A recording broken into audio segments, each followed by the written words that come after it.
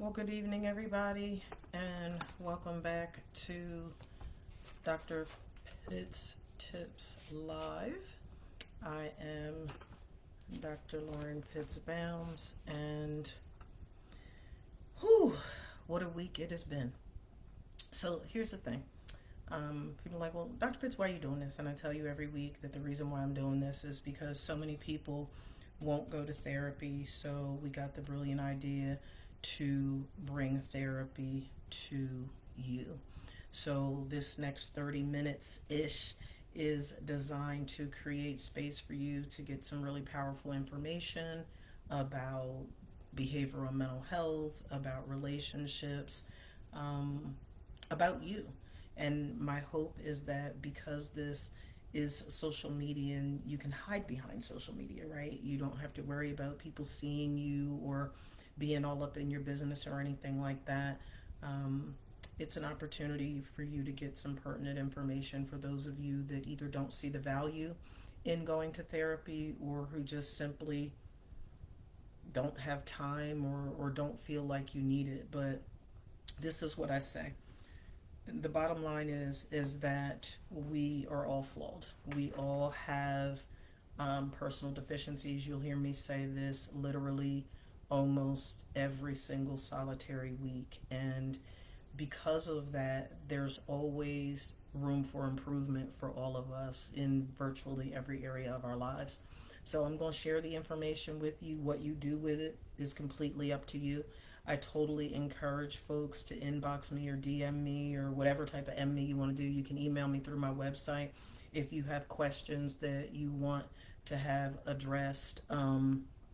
Certainly, you can do that, and I will gladly answer any questions that you may have, and we will take it from there and see if I can't help you to be a stronger, healthier, better version of yourself and to have healthier relationships that you can be proud of, relationships that are adding value to you, that are fulfilling for you, that are contributing to your overall well-being. Because what do we know to be true? If your relationship is jacked up, guess what? It has the ability to jack up every other area of your life too. So I thought that with February coming in, and I will tell you before the end of the month, I'm going to connect behavioral and mental health to Black History Month. But I wanted to start out this month talking to you about love. So tonight, I want to share with you about the anatomy of love. And I start out by saying what's probably going to be considered a Captain Obvious statement is that love's ultimate paradox is two beings becoming one yet remaining two, right?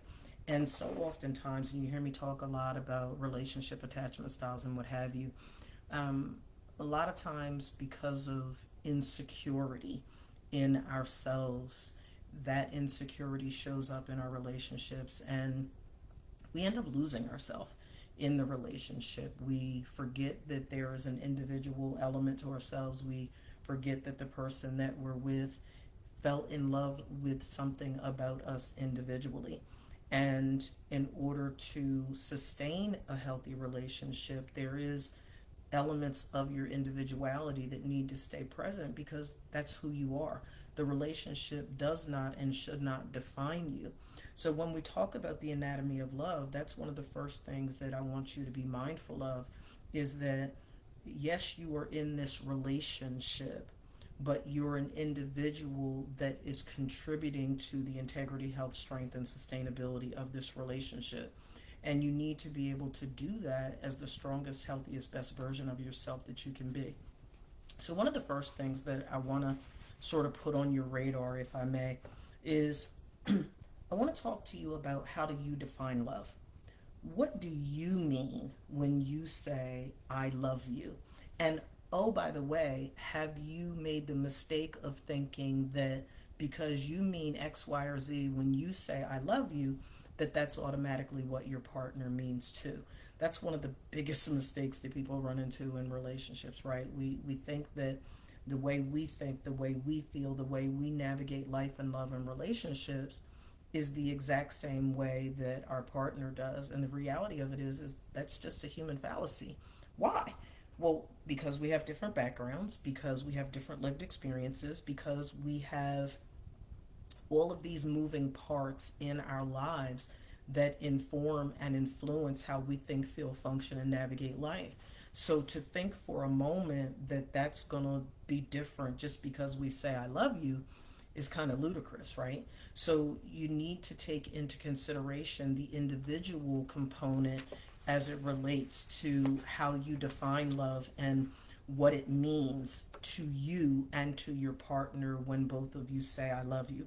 So there's some attributes that I want to put on your radar, and I'm going to sort of introduce you to an activity that certainly you can do on your own. And I'd love to hear the results of it if you feel like emailing me those results or DMing me. Um, the attributes of a relationship, the attributes that are instrumental in helping you to define love are acceptance, caring, commitment, concern for the other's well being, friendship, honesty, interest in the other, and I do mean in like genuine interest, not that superficial. Oh, babe. No, I mean genuine interest in your partner, loyalty, respect, supportiveness, trust, and actually wanting to be with the other person. And what I want to encourage you to do is out of those traits that I just gave you, I want you to pick the top three that are the most important to you. The top three. And then I want to challenge you, I want to encourage you to define using those top three traits in a statement that starts with love is. Love is, accepting me, flaws and all, and caring about what makes me smile, what makes me sad, what makes me fearful, what makes me anxious. Love is knowing that you respect me and that you actually are genuinely and sincerely interested in me and want to get to know the deepest, most intimate parts of me, right? So that's an example. So I want you to pick those top three traits that are most important to you. And I know it's hard. People tell me all the time when I do this activity with my clients, they're like, Dr. Pitts, just three? Just three. It's a challenging, it's a stretching exercise that will help you to go beyond the superficial and really be able to put your finger on the pulse of those things that are instrumental in helping you to define what love looks like and feels like to you. And then I dare you, I double dog dare you, is what we used to say when I was a kid, right? I double dog dare you to take it one step further and to express to your partner, I feel the most loved when you, and fill in the blank. And don't just fill in the blank with a word. Don't just, again, don't be superficial about it. Like, give yourself permission to really sit with and think about the true meaning, the depth and breadth of what love truly means to you and what it is that your partner is saying and or doing that conveys to you, you know what? I know he or she loves me. And I feel the most loved when you, dot, dot, dot, fill in the blank. And then after you have what I hope will be some really fulfilling and substantive conversation around that, I want you to discuss this. Though you may or may not know it, I'm showing you my love when. And give yourself permission to enter into some substantive conversation about that. And I want to pause there for a minute because I see this come up a lot when I'm doing couples therapy, where men in particular convey, not all, but many men convey their love or what they believe they're conveying as their love by providing. Many men are trained from the time they can walk and talk that they have to protect, provide, and it's something else. I forget what the third thing is, but y'all know what it is, right? That you have to do that thing. And when you do those things, I'm not suggesting for a moment that you're not showing your love. What I'm saying to you is to consider whether or not your partner is receiving that as you demonstrating your love. So that's why I invite you to use that prompt. You may or may not know it, but I'm showing you love when I dot dot dot. Because a lot of times that particular part of how love is being expressed comes up in arguments. I mean, I'm going to work every day. I'm working like a dog. I'm working 13, 14 hours. I'm doing X, Y, and Z. Da, da, da, da, da, da, da, da. You don't know I love you. I took you here. I did this. I did that. I did together. You don't know I love you. And it's like, skirt, put on the brakes for a minute. Yeah, there's a whole lot of venom in that type of conversation around how love is being expressed. So why not consider having a really great dinner and just having some regular old substantive, meaningful, non-superficial, vulnerable, and transparent conversation about love? But I want to take it a step further, and I really, really, really hope that you take this to heart. So, a lot of research has been done over the years around love. And when I say a lot of research, I mean a lot of research. And I bet you could do this little exercise yourself where you could ask 10 people that you know personally or professionally, what is love to you? And you're going to undoubtedly get 10 different answers. Why? Because it looks different and it feels different dependent upon who you're talking to and what their experience has been regarding love, right? Everybody's experience hasn't been warm and fuzzy. And some people, if we're honest, are terrified of love. They're terrified of love because they've had their heart broken. They, made the mistake of thinking that this person that they love more than life itself would never, ever, ever, ever, ever say or do anything that could possibly hurt them or cut them to the core of their soul. But my question for you is, how realistic is that? How realistic is it to think that this flawed human being, because again, we all are, I know plenty of you think that you're perfect, but you're not. So, how realistic is it to think that the people that are closest to you, are not going to be the source of your pain sometimes? And here's the thing, it's not always intentional. I tell my clients oftentimes, when was the last time that one of you went to the nightstand drawer in the bedroom or went to the utility drawer in the kitchen and took out your little handy dandy tablet and said, how many different ways can I hurt, disrespect, belittle, degrade, demean, and otherwise abuse, neglect, and mistreat my partner today? Nobody does that. But what people do is inflict pain because they themselves are hurting. In other words, hurting people hurt people. Oftentimes, what happens is people project or transfer their own pain onto those that they love and care about the most. And unfortunately, sometimes that happens to be the intimate partner. So you have to be careful to not take the other person's behavior so personally that you mess around and judge or quantify their love for you by their actions. Now, I know I'm going to get pushback on that, so let me further explain what I mean by that. People can only love you within their capacity to do so. So, if you were to put it in a spiritual context, those of us that are of the Christian faith have been taught that God is love, right? And because God is love, how can we possibly learn how to love appropriately if we haven't received God's love? So if you want to take it out of the spiritual context and just put it in the natural context, how can I love you if I don't love myself?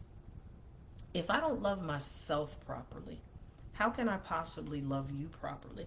So that's what I mean when I say that people can only love you within the capacity of their limitations, right? So if it doesn't mean that somebody doesn't love you, it might mean that they don't have the capacity to love you the way that you need, want, and deserve to be loved because they themselves cannot give you something that they don't have.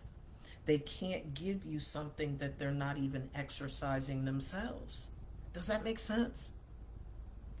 We spend so much time in victim mode. We spend so much time personalizing everything and making everything all about us that we don't even take into consideration that this person that we love so dearly doesn't know how to love us the way that we need, want, or deserve to be loved.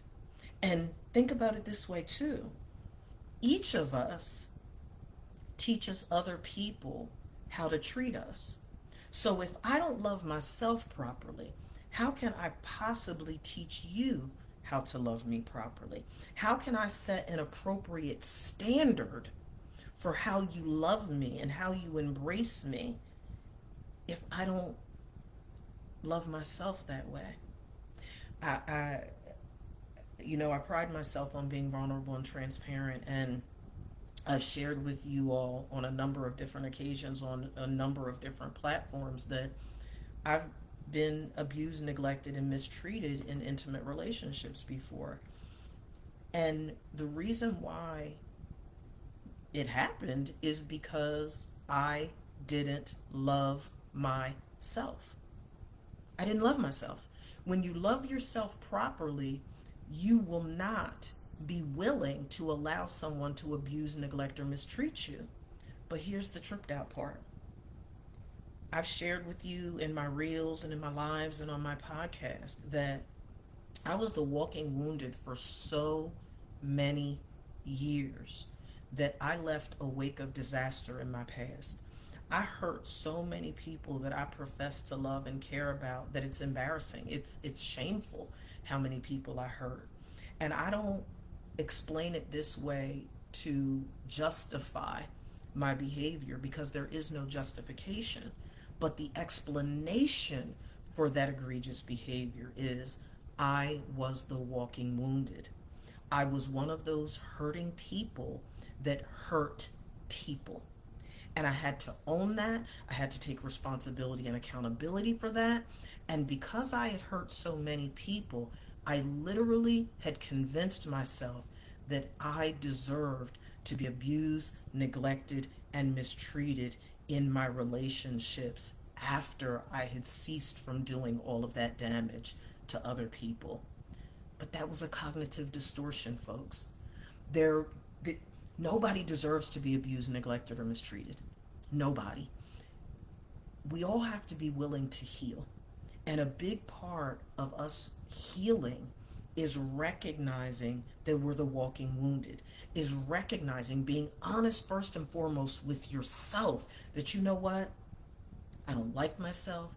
I don't love myself. I don't have a sense of deserving for better. You got to own that because you cannot heal something that you won't even acknowledge is a problem.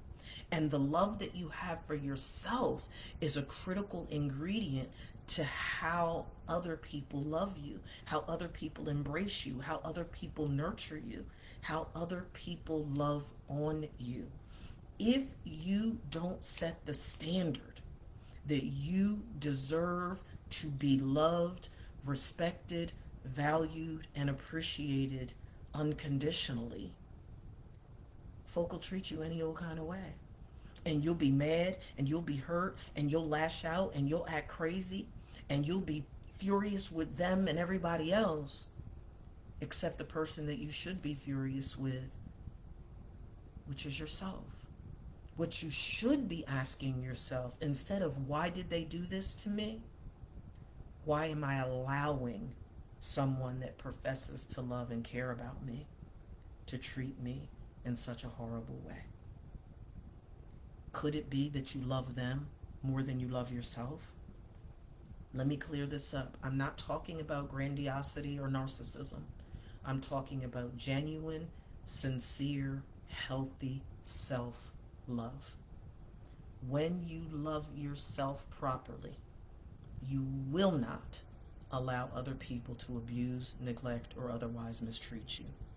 So I want to break down love for you in some key areas, because this is a problem that a lot of relationships fall into, and people don't even realize what's going on. So there's three parts. There's three foundational parts to love that I want you to be aware of. They are passion, intimacy, and commitment. Mm-hmm. Passion, intimacy, and commitment. Well, Dr. Pitts, what do you mean? Well, from a maybe from a technical definition standpoint, you know what each of those are, but let me give them to you in a clinical or a psychological and relational context. Passion is the biological side of love. It's the piece of love that moves you towards romance. It's your hormones, it's chemistry, it's sensuality, it's sexual, it's physiological arousal, it's intense desire, it's longing, it's physical affection and attention. But there's a flip side. And let me just say, these tie into those relationship attachment styles that you've seen my reels on. You've heard me talk about secure attachment and anxious, preoccupied, insecure attachment, and dismissive, avoidant, insecure attachment, and fearful attachment. You've heard me talk about those. These three love elements tie into how you attach to people and how you express your love and show love to people that you're in relationship with. The flip side, the more negative side of passion is possessive. It's fascination. It's obsessive. It's extreme. It's dangerous. And you have to be willing to recognize what element you're operating in, because the element that you're operating in has the ability to impact and inform other emotional experiences that you have within the context of your relationships. Love can contribute to folk acting real crazy. I often say there's a reason why there's a show called Snapped. My aunt used to say all the time, you mess around with people's emotions, you're liable to get hurt. You got to be careful about that obsessive love. I I remember when I was still teaching in high school, and how I would have conversations with some of my female students because they were so misguided and so distorted in their understanding and their belief systems about what true love was, that they thought that the dude that they were dealing with, slamming them into a locker or hemming them up about the neck, or slapping them or pushing them, or behaving in any form fashion of aggression toward them, or what have you, oh, he's just showing how much he loves me, he's just a little jealous. No, no, no, no, no, no. That's the dangerous piece. That's not true love. That's not the healthy demonstration of love. That obsession, that possession, you're not a possession. You're a human being. And when you get over into that dangerous territory, that can lead to a whole bunch of other problems that further contribute to you not loving yourself properly. Because therein lies where the door can open up to domestic violence, right? One of the issues that we have with domestic violence is that honeymoon stage. That, oh, I love you, I love you, I love you, I'm so sorry, I'll never hurt you again. And let me just clear the air, females are not the only ones that are being verbally, emotionally, and physically abused. Guys get abused too. So let's not gender stereotype that. It happens with both genders, and no matter how you look at it, it's not healthy. And it's not a true definition of healthy love. The next thing that I want to put on your radar is intimacy. Intimacy is the emotional element of love. It's desiring the other person, but in a deeper, healthier emotional way. It's really knowing the person that you're in a relationship with. There's a best friend and a soulmate element to it. It's that person that knows you better than anyone else. There's an air of acceptance when it comes to intimacy. And intimacy is not just sexual and emotional, by the way. There are other aspects of intimacy that I'll talk to you about during another live. There's trust. There's vulnerability and transparency in intimacy. There's closeness and acceptance. There's power and simultaneous comfort that goes with that intimate connection. It requires emotional risk. And I know it's not easy. Being vulnerable, being transparent, being able to take those emotional risks, especially when you've been hurt, it's not easy, but it's necessary if you're going to have a healthy, loving, fulfilling, and sustainable relationship. Think about it this way. I want you, this don't apply to you. This don't apply to you. This applies to somebody you know. A relationship without intimacy results in isolation. It results in loneliness. Why? Because when your relationship doesn't have that intimate element, it's superficial. There's no depth. There's no substance. Intimacy requires substance. It's the fulfilling aspect of love that hinges on closeness, sharing, communication, honesty, and support. I'm going to say those again because I need you to do a self-check in your relationship to see if these are present. Closeness, sharing, communication, honesty, and support. Are those present in your relationship? If not, why not? Are you settling? Is it because you haven't learned how to love properly yourself? The third element that I want to share with you tonight as I prepare to wrap up is commitment. That's the cognitive, willful side of love. It's future focused. It's an air of certainty in the midst of all of life's uncertainties. It's a level of security even when the passion is low.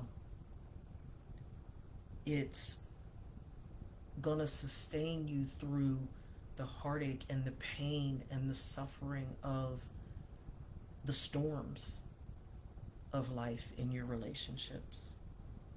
It's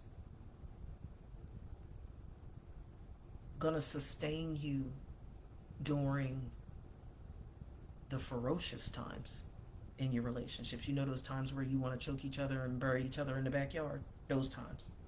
It's the valleys of the relationship that true commitment, not lip service commitment, but true commitment, true healthy commitment can be instrumental in helping you to weather the storms of life.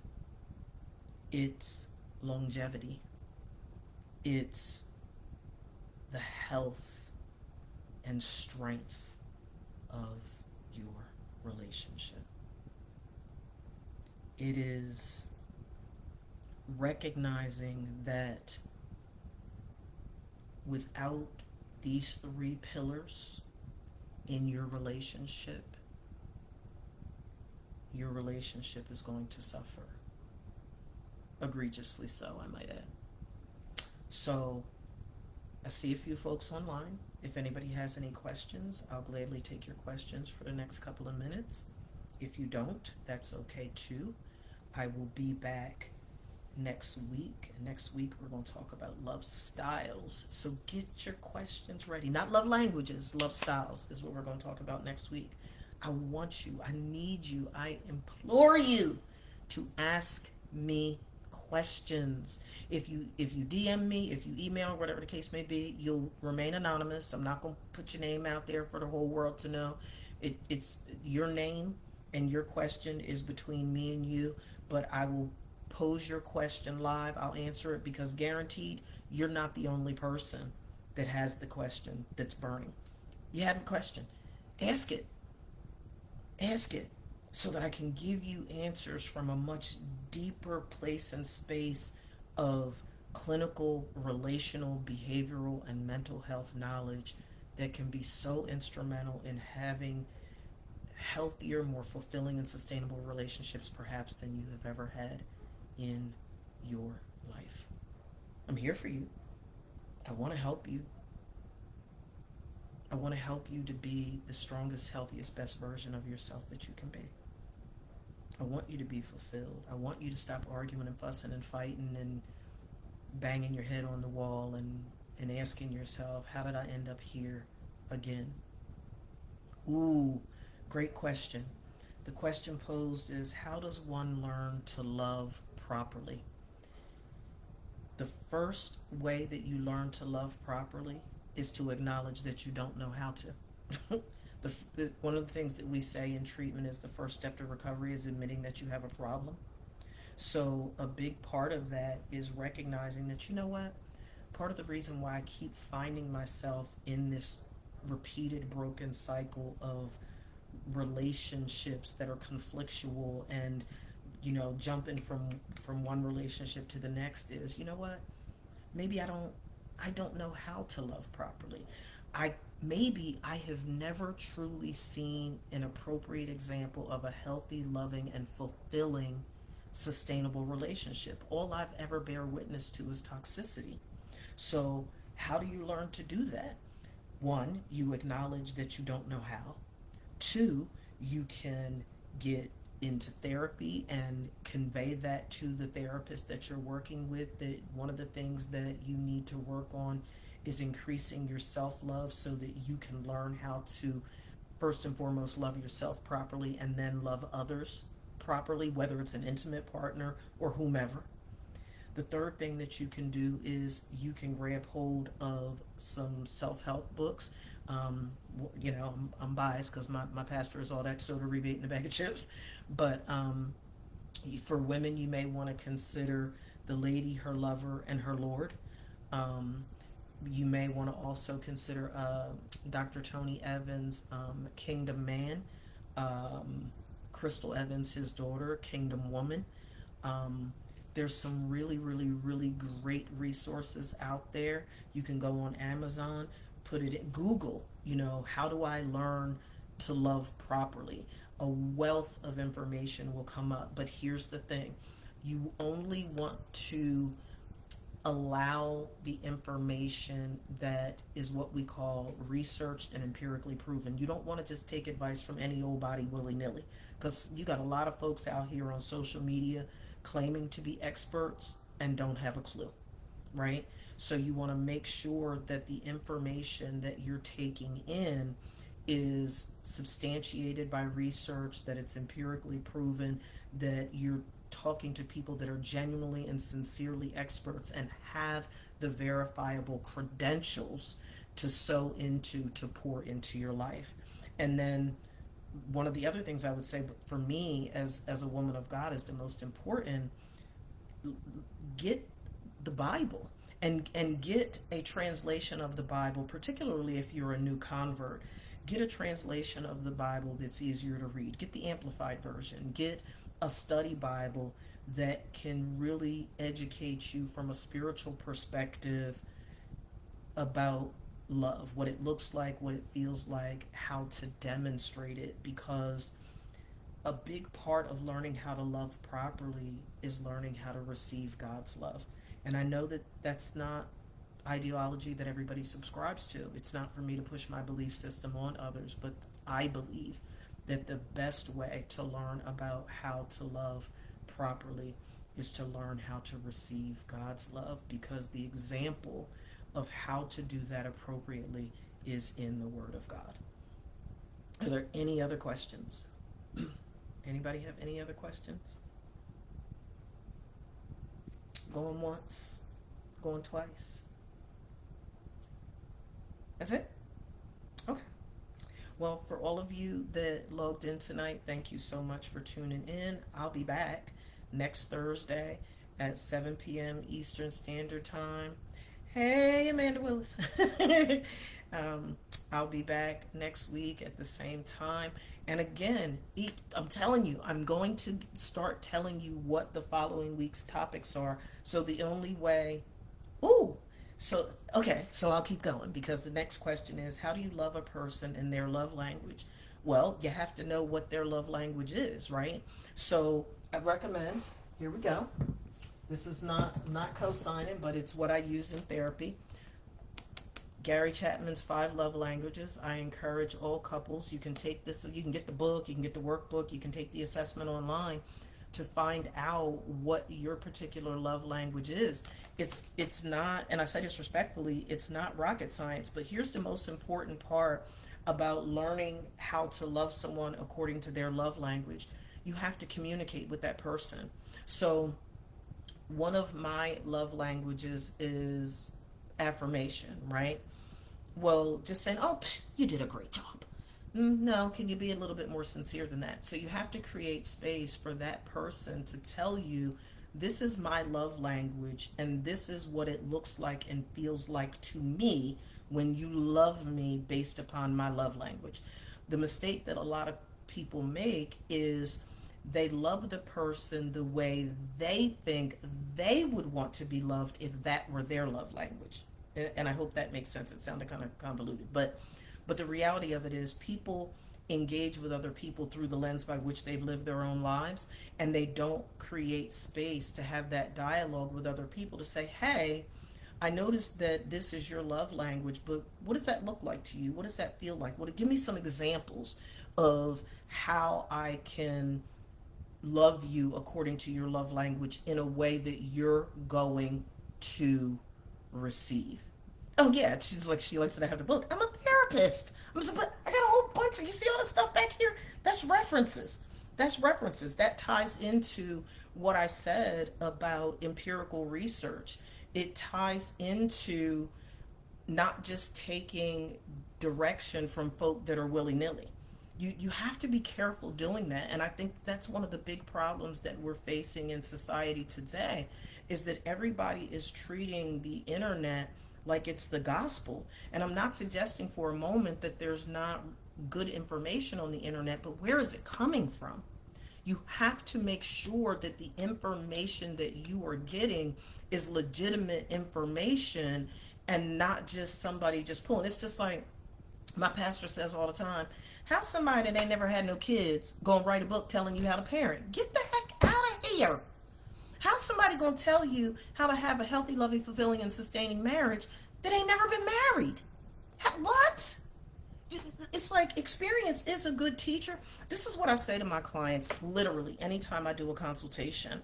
I tell them, I'm going to take an integrative and collaborative approach to working with you. Well, what's the integrative approach, Dr. Pitts? I'm going to pull from a wealth of different models, but I'm also going to pull from my formal education, training, and professional experience as a licensed therapist, as an international life coach, as an educator, and as a research scholar. But I'm also going to pull from the PhD from the School of Hard Knocks of Life. Why? Because everything that we go through in life is not referenced in the textbook case studies that people are learning in their respective programs. You have to be able to appropriately, keyword here, appropriately, you have to be able to appropriately marry your personal experience to your formal education, training, and professional experience so that you're in a much better position to be able to connect with your clients in healthy, relatable, and substantive ways. Otherwise, you're doing people a disservice. People don't want to know about what I heard. They want to know about what I know. And a large part of what I know comes from 56 years here on earth, which was, what's the math? Y'all know me and math. 38 years of which has been an adult. So yeah, there's a lot of personal experience that is relevant and necessary for me to pull from when helping my clients to address these issues. And that's not everybody's story on social media. Stop taking advice from just anybody. It's dangerous and it's detrimental and it can be catastrophic to your well being and to the overall well being of your relationships. Does anybody else have any other questions? I'm here. I don't have another session until 8 o'clock, so we have time. Any other questions? We good? So, as I said, next week's topic is going to be on love styles. That is going to piggyback on, expand upon Gary Chapman's love languages. People don't talk about love styles, but we're going to talk about love styles next week. So, some of you are like, what the heck is a love style? Tune in next week to find out. Now, we're going to talk about love styles. We're going to talk about love styles within the context of intimacy, commitment, and passion. We're going to talk about how to utilize those things appropriately to help you to weather the storms that undoubtedly will arise in your relationship. Why? Because life is going to continue to life. It is going to throw curveballs at you. Some of them are going to be fast pitch curveballs. They're going to knock you in the head. They're going to knock your relationship off its rocker. And if you aren't prepared, you're going to be ready to throw in the towel. You're going to be coming to me talking about, Dr. Pitts, we on the verge of divorce. I can't take this no more. And folk don't want to weather the storm. So I'm going to help you learn how to weather the storm. Is that good? So please, please, please send me your questions. I want to be able to address questions live. I thank you all for tuning in tonight. Have a great weekend, a great week until I see you next time. Enjoy being the strongest, healthiest, best version of yourself that you can be. And be honest with you. Do you love yourself properly? Because your ability to love yourself properly is playing a major part in whether or not you're receiving love the way you deserve to, because you set the standard for how other people treat you. And on that note, I'll say good night and thank you for tuning in. Good night, everybody.